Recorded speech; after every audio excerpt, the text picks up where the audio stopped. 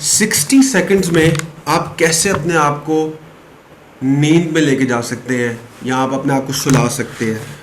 मैं आपके साथ एक बड़ी ही इंटरेस्टिंग और बहुत ही पावरफुल किस्म की टेक्निक शेयर करना चाह रहा हूँ, जो आपको कुछ ही मिनटों में, अगर आपको नींद का मसला है तो वो आपको सुला देगी, आपको नींद आ जाएगी। सबसे पहले तो वो चीज़ें आपने हटानी है जो वाज़े किस्म की चीज़ें हैं जो आपको नींद या आपको सोने नहीं देती, और वो बायोलॉजिकली या साइंटिफिकली आपको सोने नहीं देती।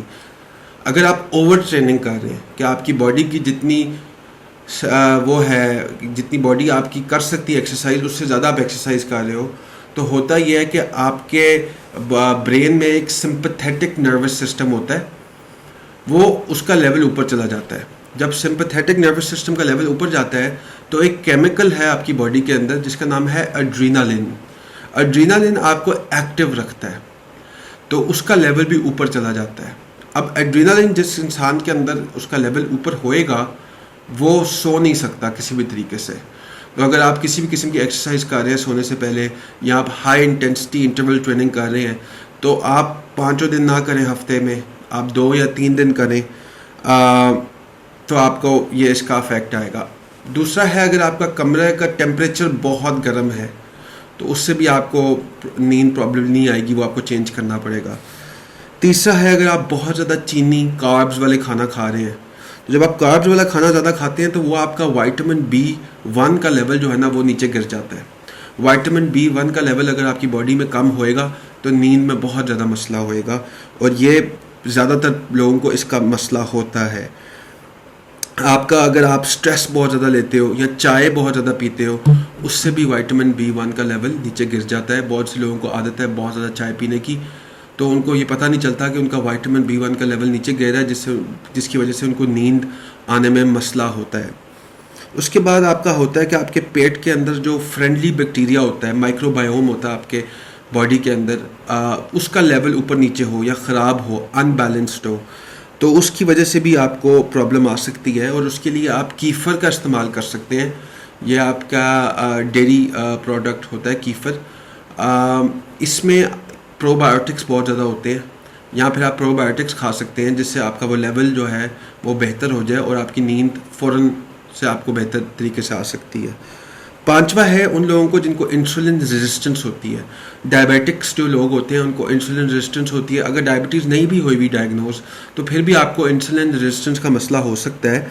और जब आपको इंसुलिन रेजिस्टेंस होती है तो एक चीज़ है आपके खानों के अंदर से जिसका नाम है ट्रिप्टोफैन, वो अब्जॉर्ब नहीं होता आपकी बॉडी के अंदर। जब ट्रिप्टोफैन आपकी बॉडी में अब्जॉर्ब नहीं होएगा तो आपको नींद में बहुत ज़्यादा मसला होएगा।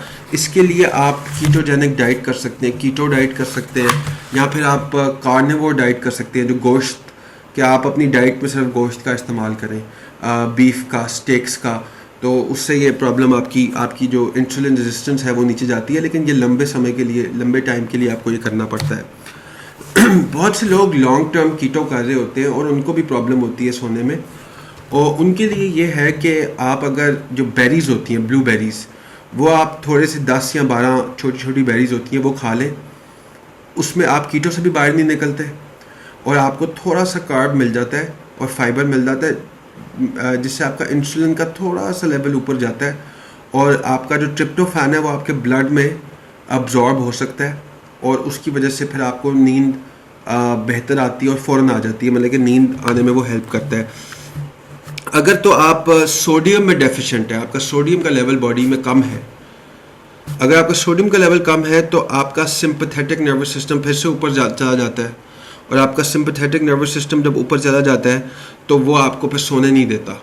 तो सोडियम में आप कमी है तो फिर आप अपने ये जो आपका ये पिंक सॉल्ट होता है वो थोड़ा सा आप इस्तेमाल कर सकते हैं, और उससे आपका लेवल बेहतर हो जाता है सोडियम का।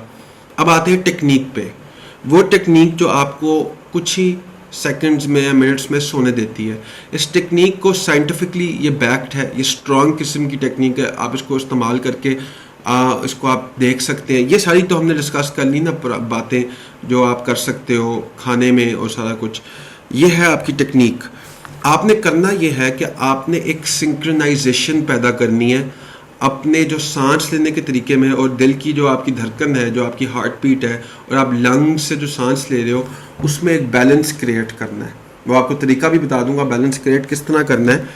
तो जब आप अपना ब्लड प्रेशर, हार्ट बीट को आप एक बैलेंस ले आते हो और उसमें एक वो आ जाता है, एक बैलेंस आ जाता है, तो आप अपना स्टिमुलेट करते हो पैरासिम्पैथेटिक नर्वस सिस्टम।